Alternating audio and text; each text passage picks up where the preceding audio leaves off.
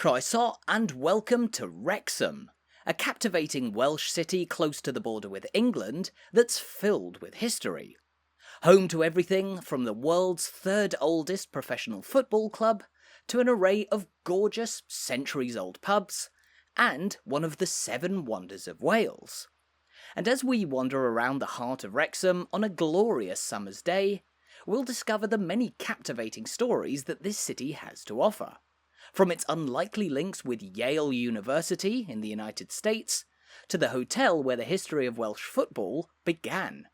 And of course, the tales of how this city has changed over the course of roughly 1300 years of history, from a proud medieval market town into a major industrial centre of north-east Wales. All of that is to come over the next half hour or so as we take a walk around the streets of Wrexham. But we begin our walk in one of the city's most tranquil and most storied spots.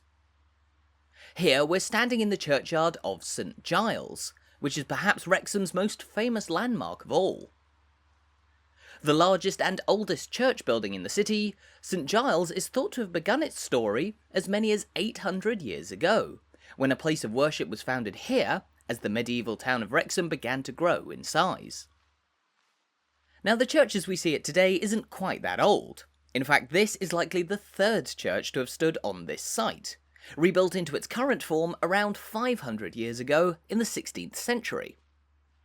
And ever since its reconstruction, St Giles in Wrexham has garnered quite the reputation as one of Wales's most magnificent churches, well known for its beautifully preserved late medieval architecture, especially its mighty church tower.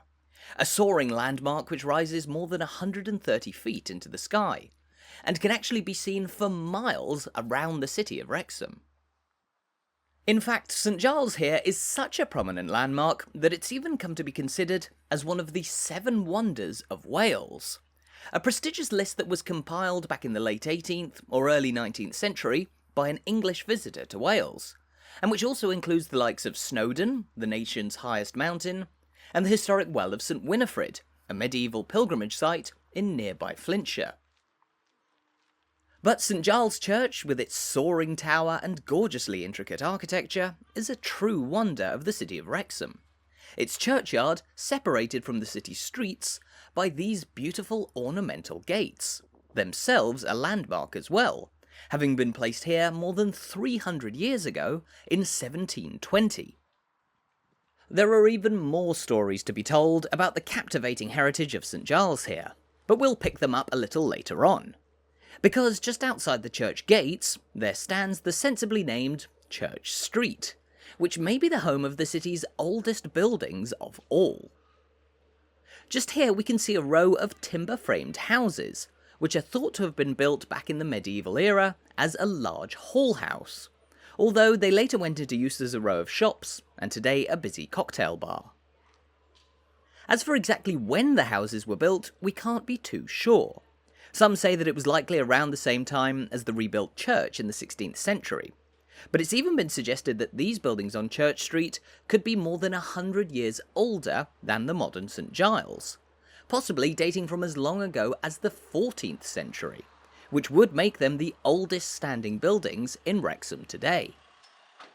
However old they truly are, the buildings of Church Street serve as a valuable reminder of Wrexham's proud medieval heritage, particularly because the majority of the city streets are now lined with much more recent architecture, stretching between the present day and the Victorian era. And just across the street here we can see one of Wrexham's proudest Victorian landmarks, the beautiful Butcher's Market. The older of 2 indoor market halls which you'll find in the city, the Butcher's Market opened its doors back in 1848. Unsurprisingly, given its name, this was the main venue for Wrexham's butchers to sell their produce. But initially, it wasn't all that popular among local meat merchants, who had traditionally traded outside on the streets, and who felt that an indoor market would never work. But the story goes that on the day the Butcher's Market opened, it was so popular with locals that it took just half an hour for Wrexham's butchers to be proved wrong, and so they all moved inside this beautiful market hall for good. A couple of doors along, meanwhile, we find the former Midland Bank Chambers, a huge landmark of the High Street here, which was built back in 1912 and served as Wrexham's largest bank building all the way up until 1999. It was then converted into a pub known as the North and South Wales Bank, although in 2023, after this video was filmed, its ownership changed, and so did its name. The pub is now known as the Midland, in recognition of the bank which existed inside for so many years. But just a few steps away, at the foot of the High Street, there stands perhaps Wrexham's most famous inn of all, the historic Wynnstay Arms Hotel. It was built in the early 18th century as a coaching inn, providing lodging for people travelling through Wrexham on long-distance journeys. However, more than a century later, in 1876, this hotel came to national prominence when it hosted the very first meeting of the Football Association of Wales, where preparations were made for the very first international fixture of the Welsh football team, to be played against Scotland. Now we'll gloss over the result of that first match, a 4-0 loss for Wales, because the team which was effectively founded right here in Wrexham has since gone on to punch well above its weight on the international stage, reaching 2 World Cups and 2 European Championships, including a breathtaking run to the semi-final in 2016. Indeed, as we pass by the delightful Fat Boar Pub on Yorke Street here, there are few places in Wales with a greater footballing heritage than the city of Wrexham. Not only was it at the Wynnstay Arms that the country's National Football Association was founded, but Wrexham is also famously home to Wrexham AFC, the local football club which was founded all the way back in 1864, which makes it the oldest football club in all of Wales, and remarkably, the 3rd oldest professional football club in the whole world, behind only Notts County and Stoke City in England. A mural here dedicated to some of the Welsh national football team's star players only speaks further to the sporting fervour which runs through the streets of Wrexham. And so at the end of our walk, we'll not forget to make a brief visit to the Racecourse ground, Wrexham AFC's stadium, which also lays claim to the title of the oldest international football stadium on the planet. So that's something to look forward to at the end of this video. But let's shift our focus away from football and back to the many more stories to be found on the city streets. Because just here we find an intriguing pair of buildings. The tall chimney of a former brewery, and the historic Nag's Head pub. The two are of course linked. The Nag's Head was the name of the local brewery, which began operations here back in 1834. Now, deceivingly, the rather old-world appearance of the pub was actually a design choice by the brewery owners, who bought the place in the 1890s. And for 150 years, this quaint corner of Wrexham remained a busy hub of beer production, until it was eventually closed down in 1984. But thankfully, the Chimney still remains standing. It was actually saved from demolition when the local MP, John Marrick, bought the structure, to help preserve the heritage of Wrexham brewing. And today many of the old brewery buildings also still stand, now home to a complex of modern apartments inside. The Church of St Giles is tucked away just beside the old brewery buildings, its expansive churchyard occupying an entire block of central Wrexham, around which the settlement has grown from a town into a city. As we mentioned at the start of our walk, Wrexham boasts roughly 1300 years of recorded history. The place that we know today likely founded back in the 8th century AD, during a time when this region of Wales was hotly contested territory. Taking a look at a map, we can see exactly where Wrexham is located, in the northeast of Wales, just 5 miles from the border with England, on the other side of which you'll find the county of Cheshire. Although always a Welsh settlement through and through, Wrexham has inevitably been influenced by English activities across the border over its history. The city's name, for instance, is actually derived from Richtelsham, an Old English name referring to the river meadows on which this place was founded way back when. As we make our way onto Temple Row, which runs down beside the parish churchyard, in the Welsh language this place was historically known by a completely different name, Caer Fantell, the Mantle Fortress, a likely reference to the fortified defences which historically stood in this area in the medieval era, as Welsh, Roman, Danish, Anglo-Saxon and Norman armies all fought for control over the region through the centuries. But as we can see, things are vastly different more than 1,000 years later, because Wrexham is now home to delightful gems like the Overton Arcade that we're walking through here. A beautiful covered shopping street that was opened back in 1869, the arcade today plays host to a pleasant array of independent and locally owned shops, which stand either side of a handy shortcut between the churchyard and the High Street. Once again, we find ourselves standing across from the grand old Butcher's Market, a building which, when it first opened at least, was a major step forward for the town of Wrexham. The High Street here has for centuries been one of the main routes for people travelling through Wrexham, and as such it was once home to grand landmarks, like the historic Tŷ Mawr, a 17th century townhouse which stood on this street for more than 100 years and dominated this part of town. But above all, this was the heart of commerce and business in Wrexham, where traders sold their goods out on the streets to people who had come from miles around, to what was one of the premier economic hubs of this region of Britain. Having begun life in the throes of war between a host of early medieval armies, it was in the 14th century, after Wales had been conquered by England, that Wrexham here established its status as one of the nation's leading market towns.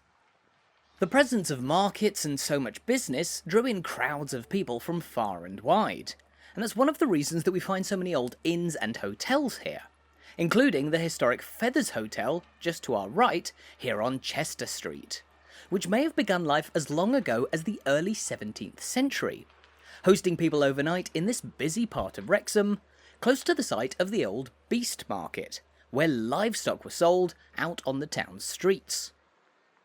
Indeed, for centuries under English rule, Wrexham was the only market town in this region of North Wales, and as it grew in size, the town's streets became ever busier with market stalls selling all kinds of goods, with meat, livestock, grains, dairy produce, textiles and everything in between developing in their own bustling segment of the town centre, packed between the houses of some rather narrow historic streets. Here we've just turned onto the slightly narrower Henblas Street, where you'll find the newer of Wrexham's indoor marketplaces, the brick-built General Market. Following on from the success of the Butcher's Market in the 1840s, two more indoor marketplaces were built in Wrexham during the 19th century. The first was the now redeveloped People's Market on the other side of Chester Street, and then came the General Market here, although it was originally named the Butter Market as a venue for the sale of dairy goods, although after the Second World War it developed into a general-purpose marketplace for all sorts of produce. Located just beside the rear entrance of the older Butcher's Market, just here, this spot in Wrexham had a long history of market trading. It was once an open square known as Manchester Square, as it was the place in town where many out-of-town traders, especially from Manchester, came to sell textiles to the people of Wales. Yet the once wide-open space of Manchester Square feeds directly into what remains one of Wrexham's narrowest and most peculiar streets of all, Bank Street. It has the profile of a narrow medieval alleyway, but the truth is that Bank Street is only around 200 years old, laid out back in 1818 by a man named James Kendrick, a local bank owner who built it as a private street. Kendrick owned all of the properties on Bank Street, and he once even used a chain at the street's entrance to deny entry to whoever he wanted. But after his bank eventually closed down, this became a public thoroughfare, with a surprisingly cosmopolitan profile. In fact, many people from overseas who moved to Wrexham set up businesses on Bank Street here, a trend which led the street to being nicknamed Little Soho, after the diverse area of the West End in London. But emerging from Bank Street, we now find ourselves on the spacious pavement of Hope Street. Pedestrianised and lined with shops, Hope Street today functions much like Wrexham's Main Street, and it runs right through the heart of the city centre, past a number of local landmarks, and on towards Church Street and St Giles Church, where we of course began our walk. Looking back towards St Giles, we can get an excellent view of the church tower between the buildings, a reminder of one of the 7 wonders of Wales to be found right here in the centre of Wrexham. But if we spin back around to look down Hope Street, we can't help but notice a large black and white building in the middle of the road, another of Wrexham's many instantly recognisable landmarks. Starring on plenty of postcards and often said to be the city's most photographed building, this is the Talbot, once upon a time a local pub which was built back in 1905. Designed in the style of a much older, timber-framed Tudor house, the Talbot was for decades one of Wrexham's most famous pubs, but it closed down all the way back in 1966, and ever since the ground floor space has been used for shops. Fortunately, the building's famous black and white exterior has been preserved, and it remains a wonderful landmark which stands proudly right in the heart of Wrexham, watching over the ever-changing streetscape which has seen this place go from town to city. As we know, Wrexham emerged as a major market town in the 14th century under English rule, and by the 17th century it remarkably grew to become the largest settlement in all of Wales, home to more people than the likes of Swansea or even Cardiff. However, during the Industrial Revolution, South Wales's fortunes accelerated with the development of mines in the valleys and the ports on the coast. But Wrexham, here in North East Wales, remained in play too. This town was known in particular as a major centre of leather making, iron production, and indeed coal mining in the surrounding countryside. This plethora of industries led to thousands of people moving into the area for work, and so Wrexham grew dramatically through the 19th and early 20th centuries, with grand new buildings, like the old Carnegie Library of 1907 here, constructed to cater to the needs of the fast ballooning population. As we've seen, banks, market halls and plenty more were also established as the town's population reached more than 15,000 at the turn of the 20th century. However, in the aftermath of the First World War, Wrexham's booming heavy industry began to enter a long period of decline, as historic iron foundries, breweries, tanneries, and indeed coal mines were successively closed down. By the end of the 1980s, much of Wrexham's historic heavy industry had gone. But that wasn't the end of the story. Here on the leafy streets of the modern city, we can see how Wrexham has redeveloped itself in recent decades. The city centre, with its wide variety of shops, is one of the largest retail hubs in this region of Britain. Meanwhile, on the outskirts of Wrexham, you'll find the huge Wrexham Industrial Estate, one of the largest industrial estates in Europe today, playing host to as many as 300 businesses in a wide range of fields. Less so in heavy industry, but many in modern technology and engineering. It's with this blossoming economic profile in mind that Wrexham, for so many centuries a market town, was granted the status of a city just recently in 2022 by Queen Elizabeth II, in so doing becoming the 7th and newest city in Wales. Now home to some 45,000 people, Wrexham is a city with plenty to brag about. Its proud history on display wherever you look on its streets. Just here we're wandering through a major archway known as the Argyle Arch, a Victorian-era construction which once played host to a few shops sheltered from the elements. In fact, the bricked-up shop fronts are still clearly visible today. It was built in 1876 to celebrate a prestigious industrial exhibition that was being held here in Wrexham, demonstrating industrial innovation in North Wales. and the archway was thought to serve as an appropriately grand entrance to what was a rather grand event for the town at the time. Once again though, it leads us back out onto Hope Street, just around the corner from the Talbot, where we were a few minutes ago. But at this part of the street we find another of Wrexham's many historic taverns, this one among the oldest buildings in the whole city. It's the Horse and Jockey, and it's thought to have been built back in the 16th century as a medieval hall house, similar to the one that we saw just outside the church gates at the start of our walk.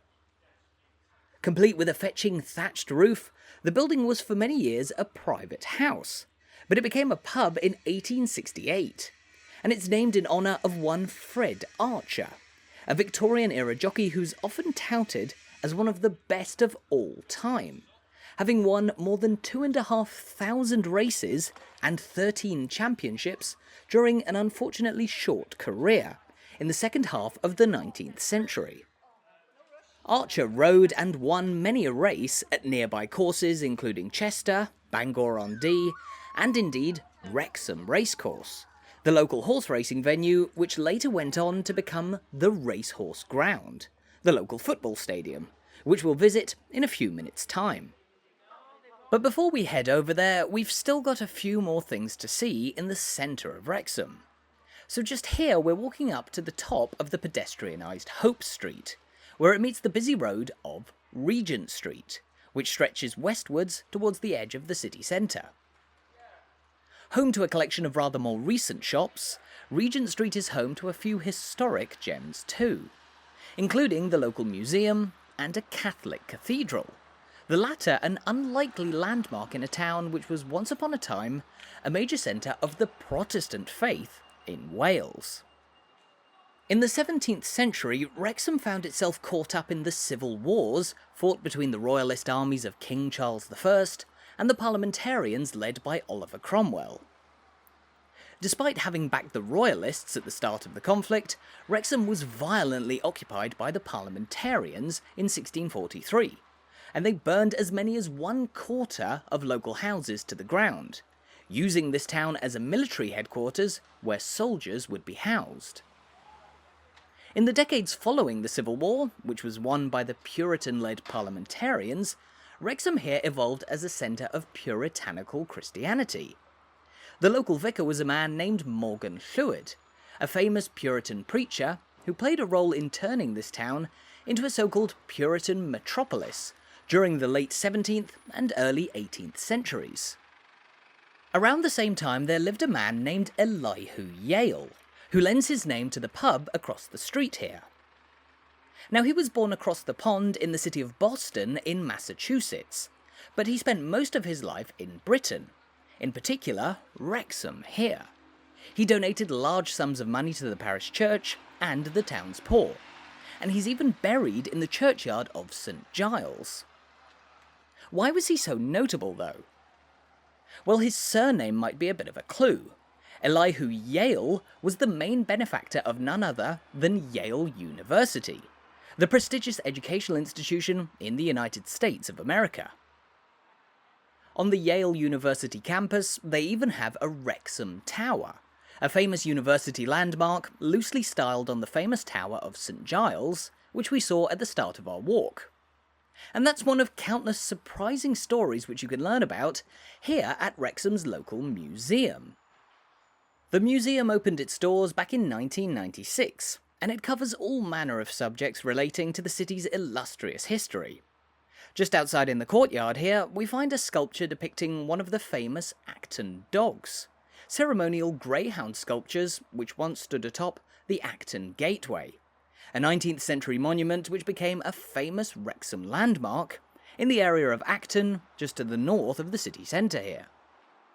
The museum itself is housed inside a gorgeous building which dates from 1857, and which started out life as a military barracks. Today though, locals enjoy history and coffee on sunny days like today, beside intriguing sculptures like the Brimbor Man just here, a stone carving of one of Wrexham's oldest local ancestors.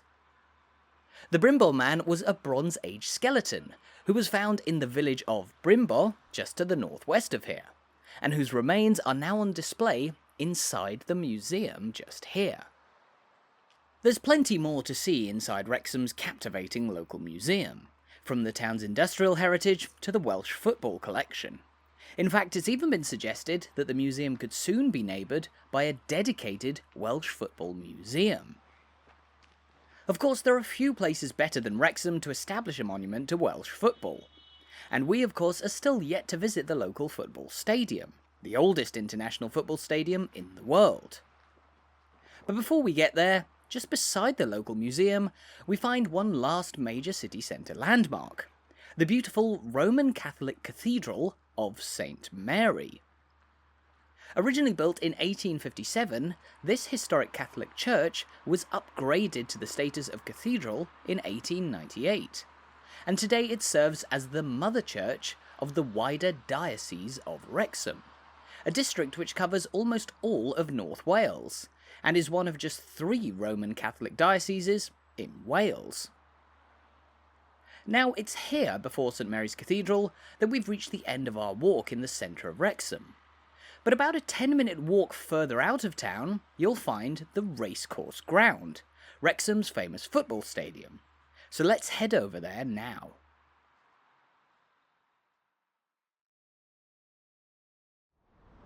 This is the Racecourse ground, the home of Wrexham AFC ever since the club was established back in 1864.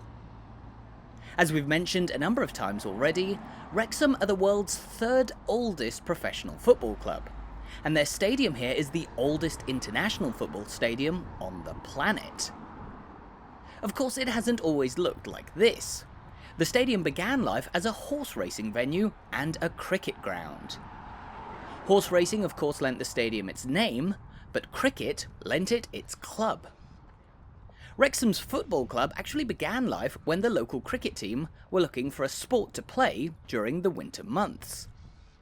They decided on association football, and formed Wrexham AFC, Wrexham Association Football Club, who played their very first game here in October 1864. 160 years later, the club is still running.